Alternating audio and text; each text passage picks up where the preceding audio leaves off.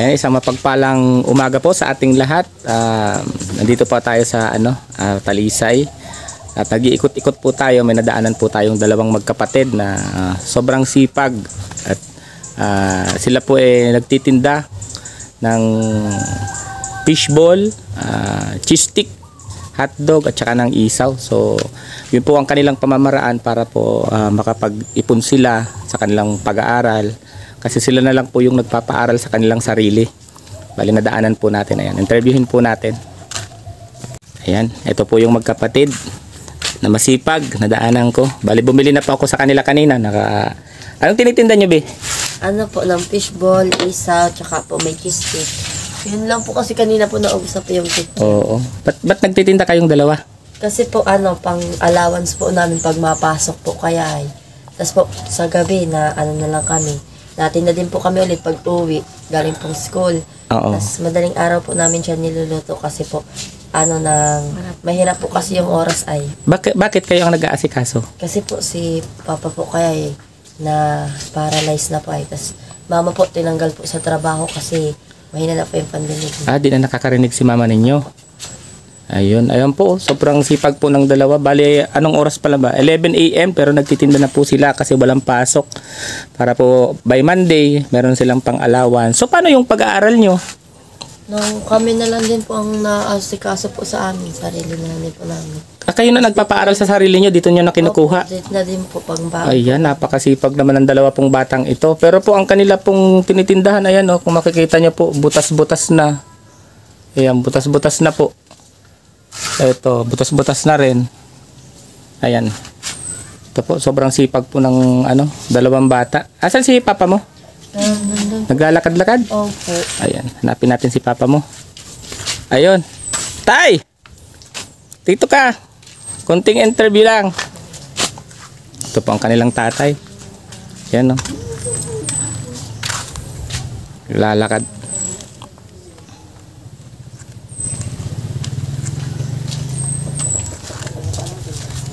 Yan, kunting interview lang tayo. May upuan kayo dyan? Wala po kasi kami dito upuan. Wala. Po. Para lang po kay Papa. Si Papa mo, paupuin mo si Papa mo at interviewin natin si Papa mo. Ayan, kahit dito na lang.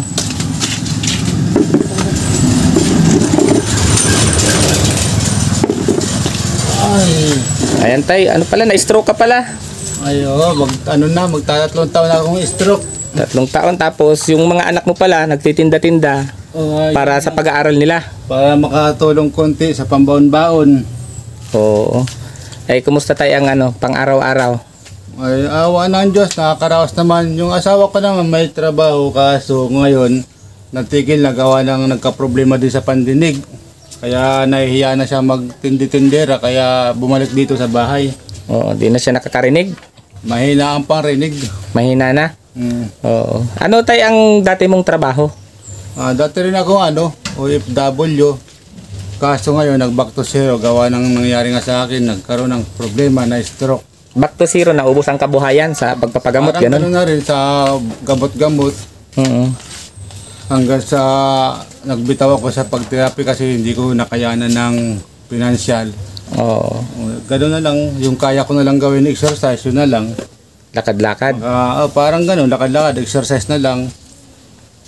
Ano to tayo? At may sound system ka, tapos may tricycle ka. Yan yung naipundar mo? Yung time na OFW pa ako, yan yung mga nakaya kong maipundar. Awa ng Diyos, sa ngayon, back to zero naman. Kaya yung iba, napipilitan akong i-dispatcha para makapaghanap ng makakain. Oo. Ilan taon ka ng anak ko nag-aaral. Ilan taon ka ng ganyan? Sa ngayon, magtatatlong taon na akong stroke, walang hanap buhay. Ganito lang, dito lang sa bahay. Bantay-bantay minsan ganito. Tinda-tinda ng mga anak ko. Anong hirap ba ng pagiging OFW? Ay, kung malalaman lang ng mga kakaranas, lahat na ng paghihirap, naranasan ko na. Doon ko nga siguro nakuha yung ganitong sakit kasi masyado talaga mabigat yung trabaho ko doon. Anong trabaho yan? Sa chemical industry kasi napakabigat na mga binubuhat. Mga drum, container. Kaya siguro doon ko ito nakuha, mga yung ugat ko napasma-pasma na kasi hindi maiwasan eh. Pag alis ng trabaho, huhugas siyempre at malikabok, madumi.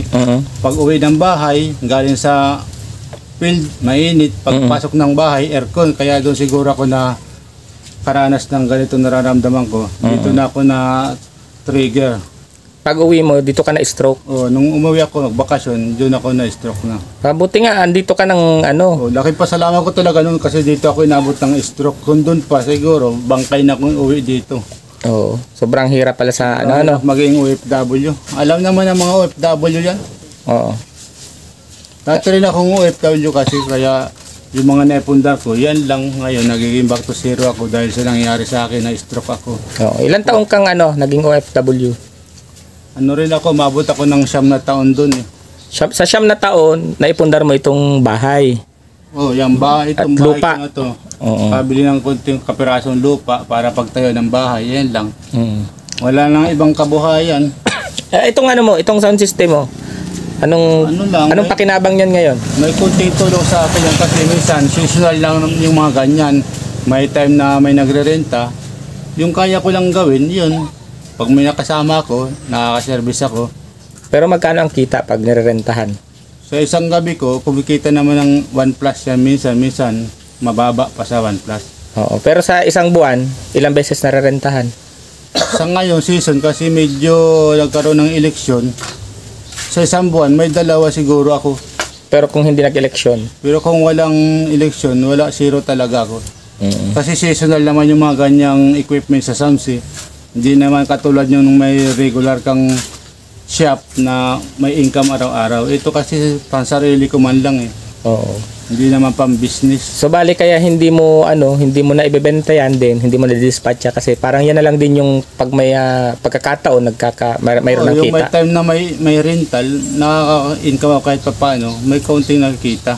Oo. Makatulong sa pagkain-kain kasi wala nga akong trabaho kasi sa sitwasyon ko na stroke nga ako.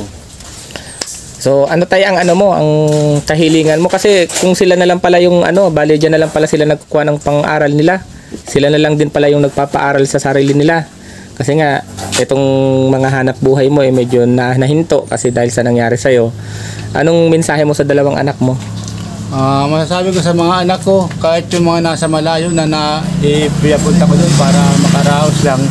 Sana matuto kayo sa sarili nyo, buhayin ang sarili nyo, tumayo sa sariling paa nyo para matustusan yung pag-aaral nyo. Sariling sikap na lang tayo sa ngayon kasi wala na tayong maasahan pa. Hindi pa nakakapagtrabaho ang tatay nyo na ganito nangyari, kaya wala tayong magandang income ngayon. Yung mga dati ko dyan kapwa OFW, baka meron kayong magandang kalooban dyan, medyo hihingi ako ng konting suporta sa inyo kasi hindi talaga ako nakapagtrabaho pa. Yun lang mga siguro kasi yun lang talagang masasabi ko. Oo. Ikaw, ano bing masasabi mo kay papa mo at ayan ang nangyari sa kanya? Tapos kayo na lang yung nagpapaaral sa sarili ninyo. Sana gumaling na po talaga si papa kasi hirap po talaga dito. Parang sarili mo na lang po naasikaso sa'yo. Tapos dati po kasi lahat nagagawa pa ni papa. Ngayon, pati po sarili niya, nahihirapan po siya. Tapos minsan, nagagalit po kasi siya kasi minsan hindi niya nagagawa yung mga bagay na gusto niyang gawin po dati. Ganun po. Gano'n kahirap yung yung biglang si papa mo nagkasakit na ganyan na dati talagang suportado kayo? Napakahirap po talaga kasi biglaan din po talaga yun eh. Di po namin inaasahan kasi parang wala naman po kay papa kasi napakalakas niya po talaga nung dati. Oo, tapos bigla na lang siyang na-stroke. Opo. So sa ngayon at nagtitinda-tinda kayo dito, ayan, butas-butas naman, papalitan na lang natin ito ng pawid. Salamat po. Oo, so mamaya siguro may ibababa na tayong pawid dito agad-agad. Agad-agad na, wag na natin patagalin. Ayan po mga kalingap, papalitan na po natin ito mamaya agad ng pawid. Bibili muna pala, hindi po agad mapapalitan kasi maghahanap pa tayo ng magkakabit dito ng pawid. Ayan po si tatay, exercise siya para makarecover ulit. Ayan, ang hirap maging OFW, kaya po sa mga anak, sa mga naiwan dito sa Pilipinas, ayan, pagbutihin nyo po kung ano po yung ipinapadala, ibinibigay ng mga kamag-anak po ninyong OFW. Yan po, mukha lang po silang hindi naghihirap, pero kasi po dahil nga nakapundar po yung kanilang ama, nakapundar po ng bahay, ayan, medyo napaayos yung bahay, pero po yung financially, in daily na pangangailangan nila, talaga pong sobrang naghihirap na po sila. Buti nga po at may maganda silang tahanan, pero po financially sa kaperahan walang wala. Kaya po itong dalawang bata po nagsusumikap na magtinda-tinda para po maka-recover na sila, makapag-aral hanggang makatapos. Ayan, may mga pangarap sa buhay ang mga batang to. Ganyan pang masarap tulungan ng mga bata tulad po ng aking dalawang scholar, si Mia at si Jane. Ayan, nagsusumikap din po sila na makapag-aral, makapagtapos para po makaahon sila sa kahirapan. So mga kalingap, abangan po natin mamaya. Bibili po ako ng pawid, siguro mga sa 200 to. Ayan, at ipapagawa po natin itong kanilang napagtitindahan para hindi sila nauulanan. At sa mga gusto pa pong tumulong para po sa pag-aaral po nitong dalawang bata, kasi po sila na lang po nagpapaaral sa kanilang dalawa, sana po matulungan nyo po itong dalawang bata para sa katuparan po ng kanilang pangarap. Anong year mo na pala? Grade 11 na rin po. Grade 11. Yung kapatid mo? Grade 8. Grade 8, o yan po. Mga dalaga, mga dalagita, puro babae sila. Yan po. Sana po may makatulong sa kanila. So babalik pa ako dito mamayang hapon kasi medyo tanghali na at bibili po tayo ng pawid para po dito sa kanilang tinitindahan. So ito na po, bumibili na po tayo ng pawid para dun sa magkakapatid na dun sa magkapatid na nagtitinda ng fishball. Ayan. Ito po natin isasakay. 200 po yan, bali yan po 100 lang. Andun kay nanay yung 100. Ayan po, 100. 850. 850 ano? Saan? 750. 750. Okay. 700. Okay. Pero mas maganda. Hirap po ako ulangan nindo. 100 po nanay. Ikaw pa ako. Ay, yun lang po. Yun na lang po. Tama na po. Opo, kasi nakakuha na po kaming 100. Dito kay nanay kami bibili. 125 ito. 125 na peraso po. 125 tiklad. Ay, marami-rami. Ito po. Kinakarga na po ang 100. Dito pa ako dyan sa bansing ko dati. Yan, ito po yung isa pang 100. Yung, ayan, 100 pa po yan. Bali 200 yan.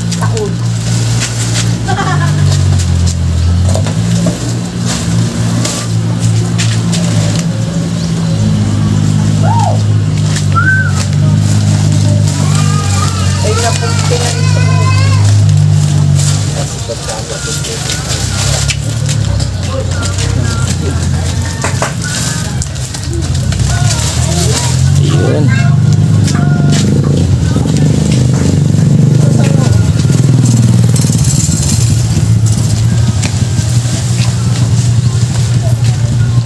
Dito po kami sa Barangay Mambalite.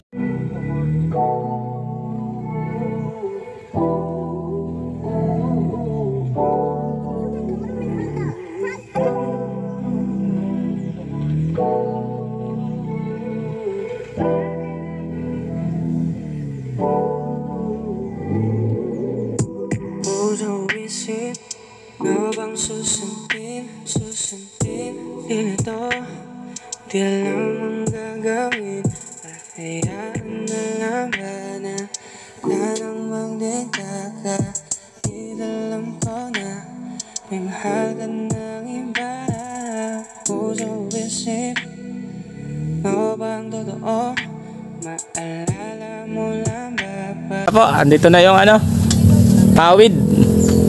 Ibababa na natin. Ayan, meron pa rin silang paninda. May paninda pa din. Ayan, ay konti na lang simula kaninang alas 11 po ng umaga. Ayan na lang ang kanilang paninda. Konting-konti na lang. Palamig.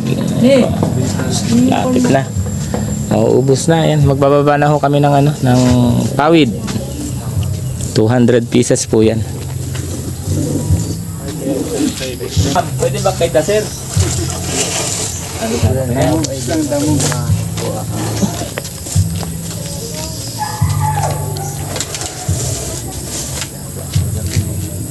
Pwede na. Arin itang ibaba. Ini oh.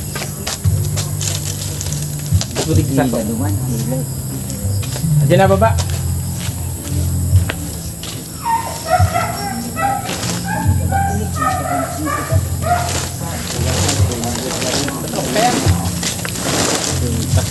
Tayo nang diskarga tayo ni.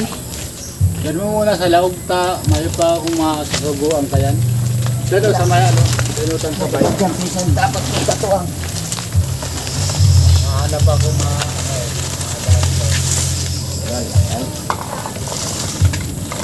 Huwag lang tayo magdumi.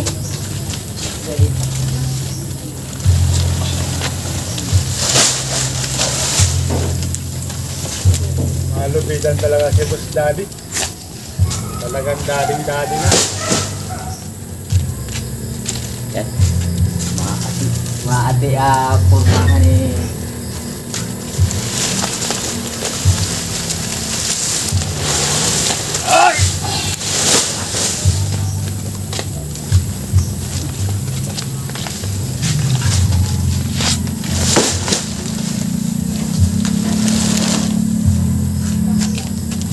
Maganda si nainit na sanggat. Igod ako eh. Ano yun? May sarong ini Tumakang ko. Tatay niya yun.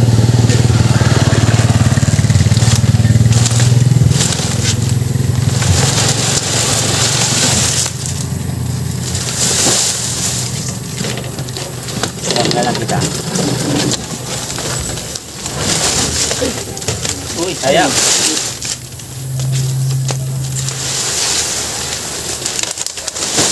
Yun. Ay, libre. Iyo. Kaya no, nagtitinda pa rin sila. Kuya, merienda po muna kayo. Ano yan, libre na? Sige po. Ay, libre. Ay, pinamerienda tayo. Sige. Ano lang, isa lang nito. Tsaka isang juice lang. Sige po. Yan, ayan. Thank you. Okay na yan. Pinamerienda po tayo. Maraming salamat, Bi. Ayan, pinamerienda tayo ni Bibi. Sipag-sipag hapon na. Simula umaga hanggang hapon nagbebenta, nagtitinda. Ayan. Okay po. Siyempre, may sorpresa tayo kay pangalan niya, Cherry Ann. Opo. Ayan, kay Cherry. Birthday kasi ngayon ni Cherry Ann. Ayan, happy birthday, Cherry Ann. Ilang taon ka na? 14. 14. Ayan, dalaga na si Cherry Ann. Ayan, sipag nyo ha. At naubos na yung anong masasabi nyo? At bukod sa cake, may pa-birthday pa kami sa Cherry Ann. Dito sa pwesto ng tindahan mo, ayan, may ibububong na. Anong masasabi mo? Salamat. Ayan, mahihain si Cherry Ann. Happy birthday, Cherry Ann. Ikaw, anong masasabi mo? At ano? Maraming salamat din po kasi Hindi. may pawid na po. Hindi na kayo mababasa. Opo. Ayan, kahit hanggang hating gabi ang pagtinda, okay na. Opo. Ayan, dito tayo kay tatay. Kay tatay naman tayo. Tay, anong masasabi mo, tay? At ayan, natupad ba yung gusto mo Ay, na magkabubong? Ang pagpapasalamat kay sobra pa sa pagpapasalamat kung binigyan pa ako ng buhay. Maraming salamat doon sa mga nag-sponsor kasi magkaroon ako ng pawid para hindi na tumutulo ang bubong pag umuulan. Ayan, Maraming salamat. Ang nagbigay niya si Ate Inday ng Singapore. Ayan, si Ate Inday. Ano po kay Ate Inday ng Singapore, OFW na po ako dati kaso ngayon ganito nangyayari. Back to zero tayo ngayon. So ayan, may sakto may birthday yan pala dito. Bakit? Bawal talaga mga anggot. Bawal lang may emosyon. Ayan, bawal lang Tagas. Ayan, may nararamdaman si tatay, naeksaktuhan pa natin.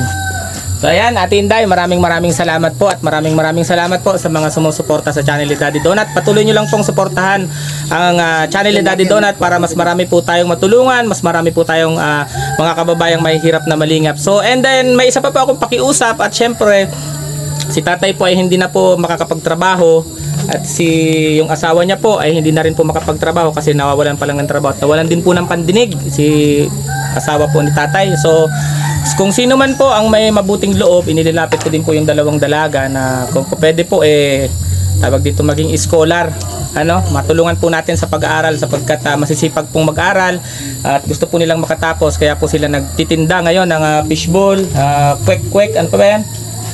Isaw, tsaka ano ito? Yum. Kikiam. So ayan po, sana po meron din pong mabuting loob na patulungan po sila, maalalayan po natin sa pag-aaral.